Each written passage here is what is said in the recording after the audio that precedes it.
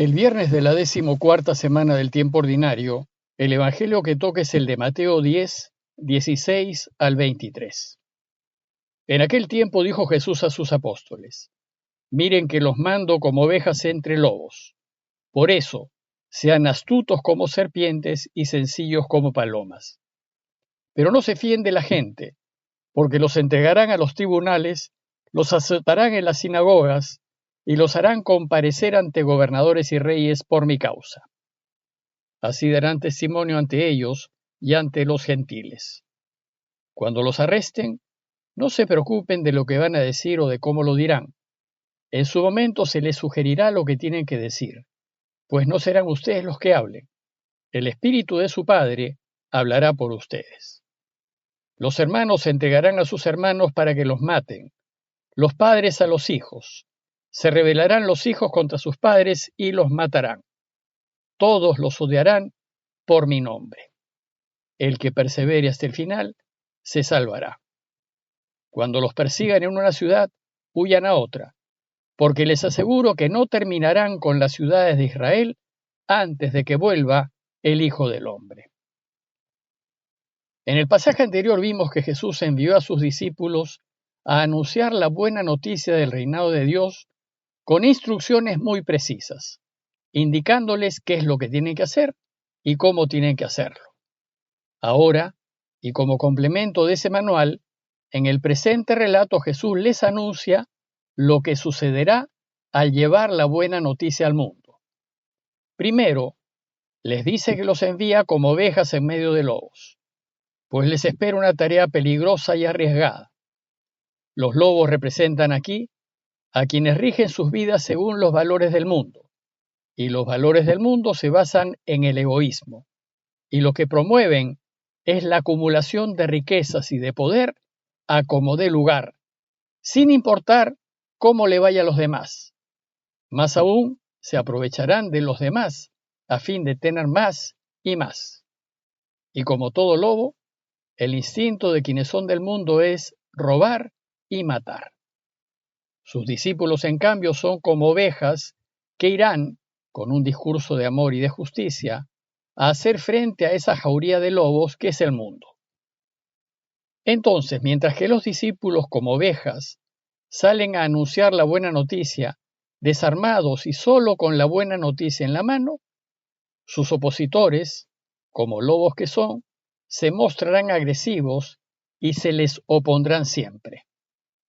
Pero ¿por qué los lobos se oponen al anuncio de la buena noticia? Porque la buena noticia nos enseña a amar a Dios y al prójimo, a buscar la justicia y a vivir en la verdad. En consecuencia, aquellos que viven conforme a esta buena noticia se van a oponer a toda mentira, a todo abuso y a todo aprovechamiento de los del mundo. El problema es que esta postura de los creyentes molesta mucho a los lobos, porque los deja a la luz, quedan en evidencia y ya no pueden hacer de las suyas, pues una vez delatados les es más difícil abusar y aprovecharse de los demás. En consecuencia, el deseo de los lobos es callar a los cristianos, sacarlos de en medio y eliminarlos si pueden. En el relato de hoy, Jesús anuncia a los suyos que deben prepararse para este rechazo.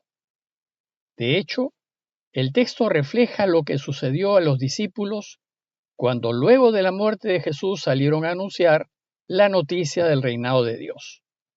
Pues si recuerdan, Mateo escribió su evangelio unos 60 años después de la muerte del Señor, cerca de 10 o 15 años antes de que termine el primer siglo.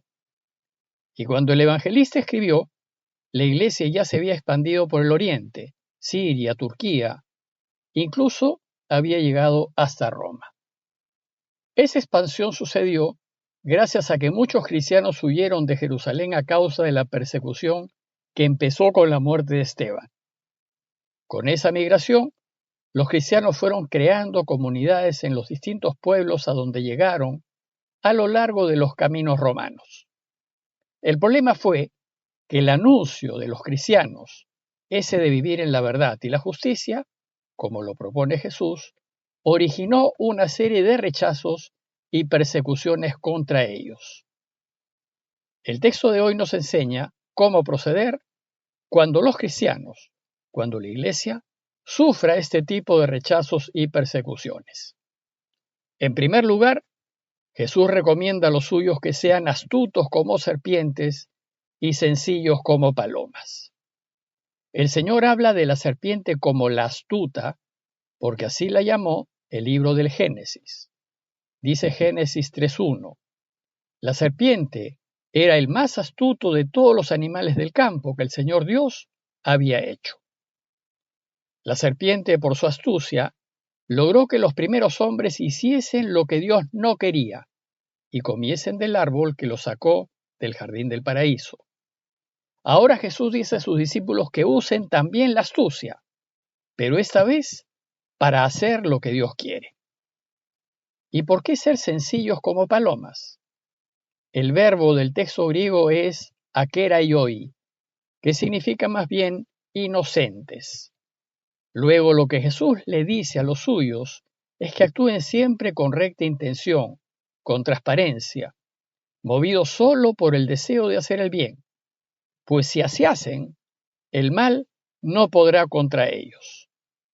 En segundo lugar, Jesús les dice que se cuiden de aquellos hombres que se guían por lo que el mundo valora, es decir, de aquellos que pertenecen a esa jauría de lobos, porque ellos, les dice, los entregarán a los tribunales y los azotarán en las sinagogas. Y lo harán porque ustedes se volverán un obstáculo para el modo de proceder del mundo. Entonces buscarán sacarlos de en medio y harán que el Poder Judicial los condene y de esta manera los silencie. Jesús dice que serán juzgados por mi causa y serán llevados ante gobernadores y reyes. Sin embargo, si eso sucede, podrán dar testimonio de mí, dice Jesús, delante de ellos y de los paganos, y otros podrán escuchar el anuncio de la buena noticia. Es decir, del mal saldrá bien, y el resultado será todo lo contrario a lo que el mundo espera. Pues en lugar de callarlos, ustedes tendrán ocasión de hablar de Dios. Y tercero, cuando esto suceda, ¿qué deberán hacer los suyos? Dice Jesús que cuando los entreguen, no se preocupen de cómo van a hablar o qué van a decir, pues lo que vayan a decir se les dará a conocer en ese momento, porque no serán ustedes los que hablen, sino que el Espíritu de su Padre hablará en ustedes. Lo que sucede es que Dios siempre nos acompaña, pues vamos siempre con la verdad en la mano y movidos por una recta intención. Entonces, en esas situaciones difíciles, Dios nos ayudará a decir lo que debamos decir y hará que lo que digamos sea apropiado. Pero desgraciadamente hay un serio problema adicional.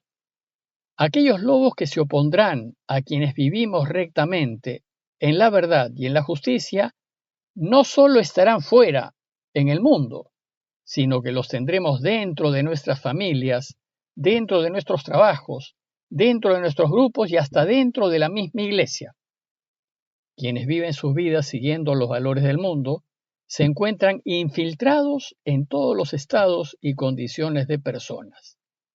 Y como más adelante nos dirá Jesús, son lobos que se disfrazan de ovejas. ¿Y entonces qué sucederá? Sucederá que el hermano entregará a su hermano para que sea condenado a muerte, y el padre a su hijo, y los hijos se rebelarán contra sus padres y los harán morir. Es terrible, pero el egoísmo y la ambición de quienes viven según los valores del mundo es tal que hace que no le interese la familia, sino lo que puedan sacar, que no les interese ni el hermano ni el padre, sino lo que puedan obtener para beneficio propio. Este modo de proceder se observa, por ejemplo, en el reparto de herencias. En esos momentos, los lobos se dan a conocer, pues saltándose la justicia, querrán quedarse con todo lo que puedan, sin importar cómo le vaya al resto de la familia. Jesús resume todo este ambiente de rechazo a la buena noticia diciéndonos: ustedes serán odiados por todos a causa de mi nombre. Es duro ser odiados por hacer las cosas correctamente. Es duro ser odiados por el mundo y más aún por lo que nos están cerca, solo por querer vivir en la verdad y en la rectitud y por no querer aceptar la corrupción. Por desgracia, en este mundo los lobos tienen la sartén por el mango, pues tienen el poder y tienen los medios y los usarán sin escrúpulos. Por su parte, las ovejas tienen a Dios de su lado y sabemos que Dios siempre gana. Entonces lo que hay que hacer es resistir el embate y el ataque de los lobos y de ninguna manera ceder, de ninguna manera hacernos cómplices de lo incorrecto. Por eso dice Jesús, aquel que persevere hasta el final, se salvará. Mientras tanto, no podemos quedarnos con los brazos cruzados y dejar que nos hagan daño. No seamos ingenuos, evitemos en lo posible el daño que nos puedan hacer. Por eso nos dice Jesús, cuando los persigan en una ciudad, huyan a otra y procuren escaparse de las garras del lobo. Finalmente, el texto termina con una frase difícil de entender. Les aseguro, dice el texto, que no acabarán de recorrer las ciudades de Israel antes de que llegue el Hijo del Hombre. Esta frase recoge una fuerte esperanza que tuvo la iglesia del primer siglo. En esos primeros años del cristianismo, había una profunda convicción de que Jesús iba a volver por segunda vez, inmediatamente, y esperaban que llegase ya, ahora. Y la iglesia era consciente que debía continuar, a pesar de las persecuciones, con el anuncio del reinado de Dios hasta que llegue. Sabemos que Jesús está demorando en volver por segunda vez, pero nuestra esperanza debe ser la misma que tuvo la iglesia del primer siglo, esperar que llegue pronto, y mientras llega, no dejemos de anunciar su mensaje. A manera de conclusión, los invito a recordar ejemplos en nuestras vidas y en las vidas de gente que conocemos de cómo, cada vez que mantenemos una firme posición al lado de Dios, al lado de lo que es justo y verdadero, vamos a tener oposición, pero también mirar cómo Dios siempre ayuda a quienes, solo por ser rectos, terminan siendo víctimas. Pidámosle pues para que en todo momento sintamos su compañía y que nos dé la fuerza necesaria para perseverar haciendo siempre el bien. Parroquia de Fátima, Miraflores,